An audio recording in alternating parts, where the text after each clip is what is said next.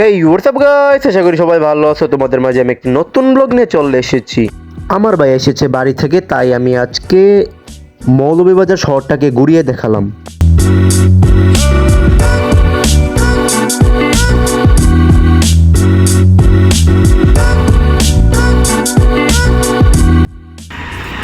TikToker ভাই, এই যে আমাদের স্কুল, এই যে এটা আমাদের স্কুল। কিছু বলো। আরে টিকটক করিস ভালো লাগে না। না তুমি না টিকটক করো?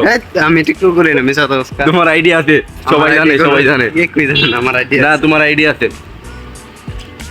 যে টিকটক করে এক নম্বর প্রতিবন্ধীর থেকে বড় প্রতিবন্ধীটা। তুমি আগে প্রতিবন্ধী ছিলা, তুমি আগে টিকটক করতা। করি না আমি টিকটক, এটা মানছে খারাপ।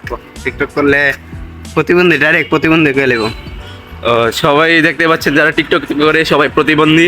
এর আগে আমি একটি টিকটক সম্পর্কে একটি ভিডিও বানাইছিলাম, রোস্ট করছি। তোমরা যদি সাবস্ক্রাইব করে ফেলো আমার চ্যানেলটিকে, তাহলে আরো নতুন নতুন ভিডিও আনবো।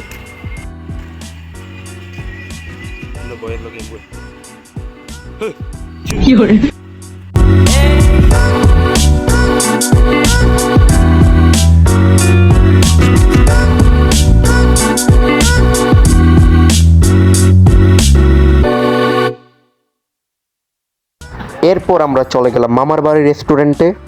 উনি বলল তার পেটে নাকি খুব খিদা লাগছে। তারপর আমরা মামার বাড়ির রেস্টুরেন্টে গিয়ে কিছু নাস্তা করলাম। তারপর আমরা গপাগপ খেতে শুরু করলাম।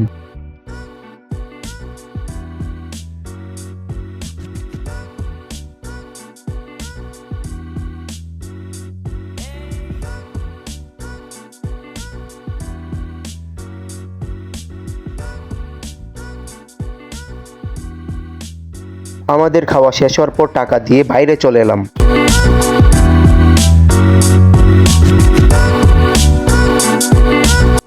তারপর আমার ভাই নাকি জুতা কিনবে।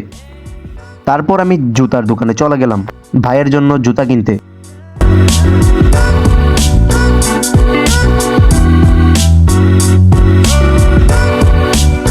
তিনি হচ্ছেন আমার বড় ভাই। তার জন্য জুতা কেনার পরে আমরা আবার বাড়ির উদ্দেশ্যে রওনা দিলাম।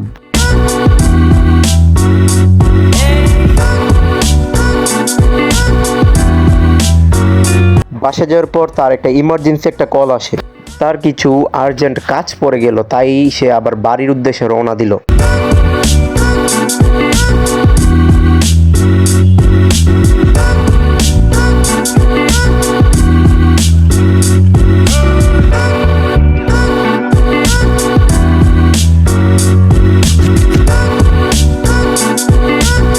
আমি ওনাকে বাস স্ট্যান্ড গিয়ে ছেড়ে এলাম।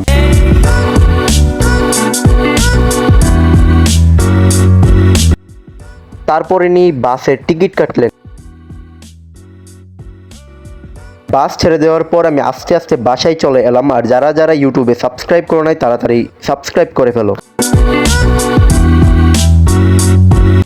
আজকের জন্য এখানেই বিদায়। ফটাফট লাইক কমেন্ট করো। বাই।